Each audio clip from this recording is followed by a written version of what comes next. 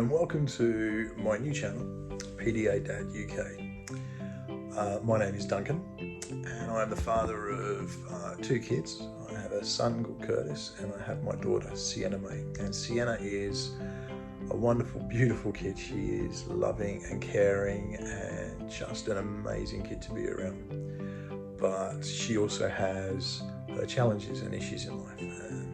Basically, that's that she is autistic and she has what's called PDA, which is the shortened version of Pathological Demand Avoidance. Pathological Demand Avoidance is a form of autism that brings its own unique challenges, as all autistic traits do, in whatever ways they are, be they positive or negative.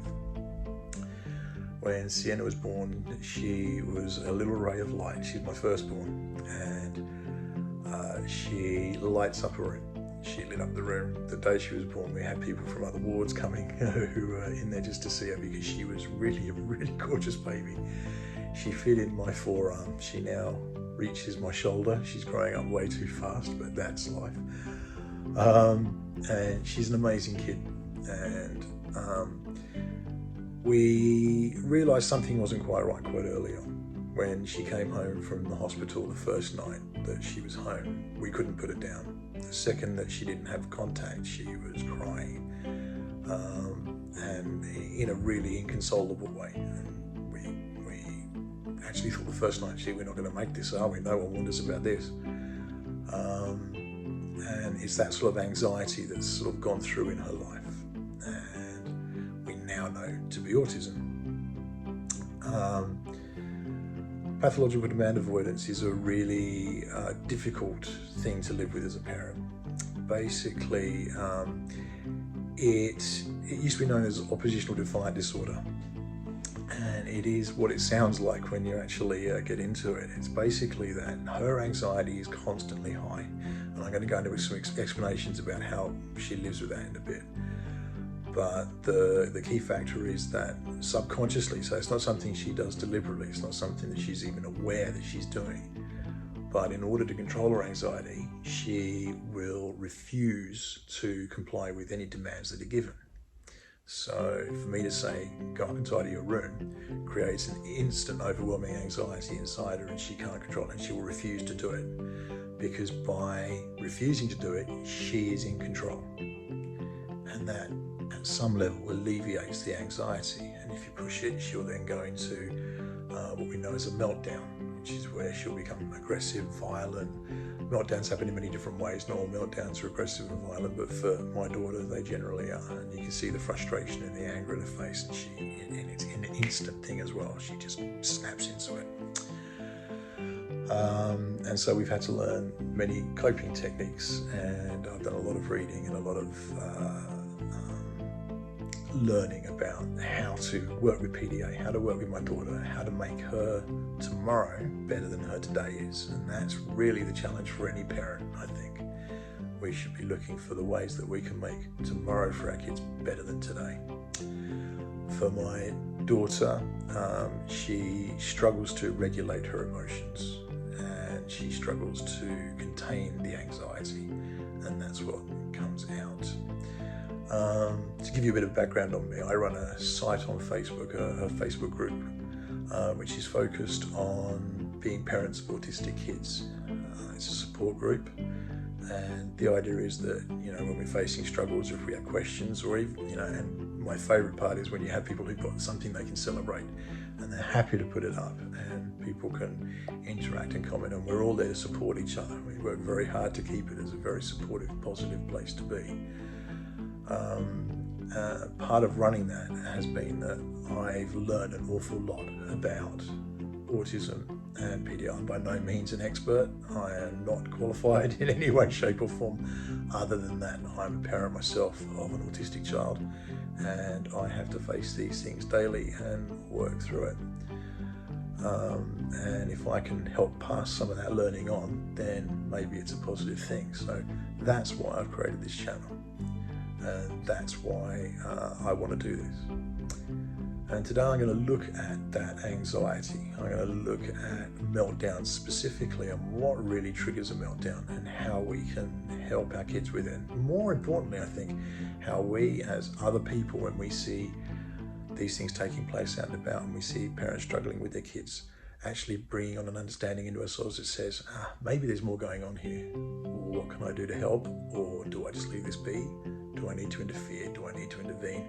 Or can I just go, you know what, you're doing a great job? And that's what we're going to go into. Another way I've heard this described and really helped me to understand what it is with kids, autistic kids who are facing meltdowns, was a traffic light system. So I'll explain that to you. Basically, as neurotypical people like myself, we live in the green. So we're coping with life. There's no real stress. We're moving about. We're quite happy. No real issues. And then we might get presented with a stressful situation. Once that hits, we hit into the amber. So the traffic light shifts. We're stressed. We're upset. We might be annoyed, but we're still rational. We're coping properly. Our brains are effectively using logic, and we're applying that to the situation, coming up with resolutions and dealing with it. And then we might click back down to the green. If we don't, if there's a particularly stressful situation where it's prolonged, or it could be that it's just something that's happened very sudden, it's very in your face, that's when we hit the red. And that's when we cease to use logic. We simply react out of emotion and out of instinct. And that's when we can be losing control. We might lash out, we might be angry, we might hit something, we might throw something, whatever the case may be. That's when we hit the red. For my daughter and for many other autistic kids and many autistic people, they live in the orange, they live in that amber light. So they appear to be coping because they are thinking logically.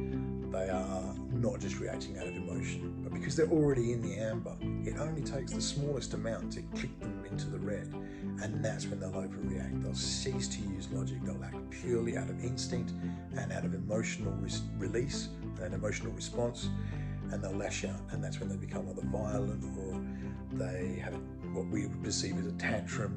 They'll lash out in whatever way they can to express that frustration because they're unable to engage the logical part of the brain that allows them to process it properly and calmly and come to a resolution. And that's how my daughter lives her life. So we see a lot of meltdowns. We see things go from orange to red very quickly, and it can be in the snap of a finger. And it seems like it's come out of nowhere. But for these kids, it's been brewing. It's been there all the time. It's just that it's now hitting that point. It's anxiety that they can't resolve. And it's very difficult to live with. It's very difficult to keep your eye on it. You hear a lot of people say, oh, you've got to watch the warning signs, which you absolutely do.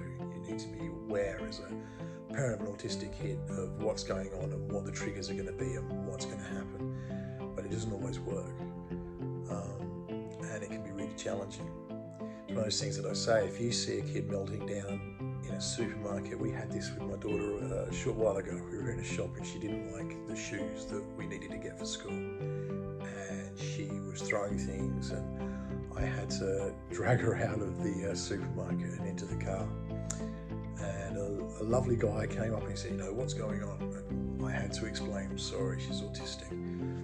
When we see things like that, I've learnt myself, I don't judge it anymore because you don't know what's been going on that's led up to those things. This guy was trying to be helpful and was concerned. And I appreciate there are people like that in the world who are willing to step up and go, hey, what's going on? Once he heard and he understood the situation, it was really cool. But yeah, it's important that we are able to take a step back and look at these things happening and understand from the parents what they're going through, because we don't like having to see our kids in that emotional state. We don't like to see them upset and angry. And we also need to be responsible and aware of what's going on around us, that these things can affect other people. If she'd thrown something and it had hit somebody, that would be a real problem. So understanding this as neurotypical people, when we see these kids out and about and we realise actually maybe that kid's got more going on than we realise, it's really important to process that. So that's it. It'd be really cool to hear all your feedback, find out what your situations are, any meltdowns you've experienced, or tricks or techniques that you have that can help to alleviate it for your kids and might work for others, please do add that in the comments, and do subscribe to my channel. I'm hoping this will be a really helpful thing and a lot of people will get a lot of good from it. Thanks, and see you next time.